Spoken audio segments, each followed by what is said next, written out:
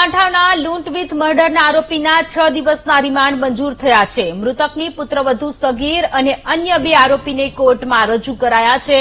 કોર્ટમાં રજૂ કરતા 6 દિવસના રિમાન્ડ મંજૂર કરાયા। રિમાન્ડમાં પોલીસ વધુ પૂછપરછ કરશે। 77.5 લાખની લૂંટ વિથ મર્ડરની ઘટના બની હતી। પોતાના સાસુ સસરાને જ મોતને ઘાટ ઉતાર્યા હતા। સસરા હતા નિવૃત્ત પોલીસ કર્મચારી।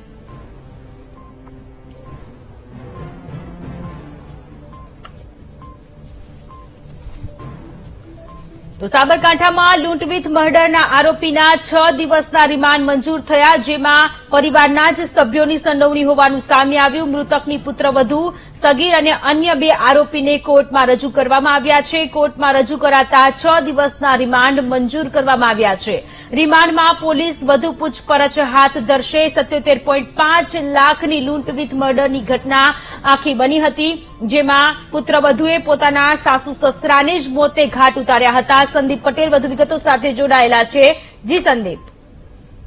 જી ચોક્કસથી લૂંટ વિથ મર્ડર કેસમાં નિવૃત્ત પોલીસ કર્મચારી અને તેના પત્નીની પારિવારિક લોકોએ જ હત્યા કરી હોવાનું સામે આવ્યું છે।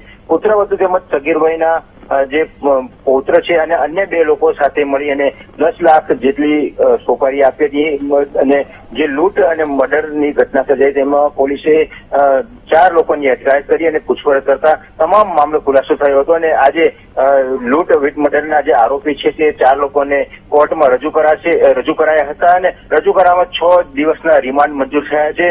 પોલીસ અને એલસીબી સહિતની પોલીસ છે તે સમગ્ર મામલે ઝીણવટભરી તપાસ કરી છે અને હાલ 6 દિવસના રિમાન્ડ મંજૂર થતા તેમને પૂછપરછમાં વધુ ખુલાસા થાય તેવી સંભાવના સેવાઈ રહી છે। જી, આભાર તમામ વિગતો માટે।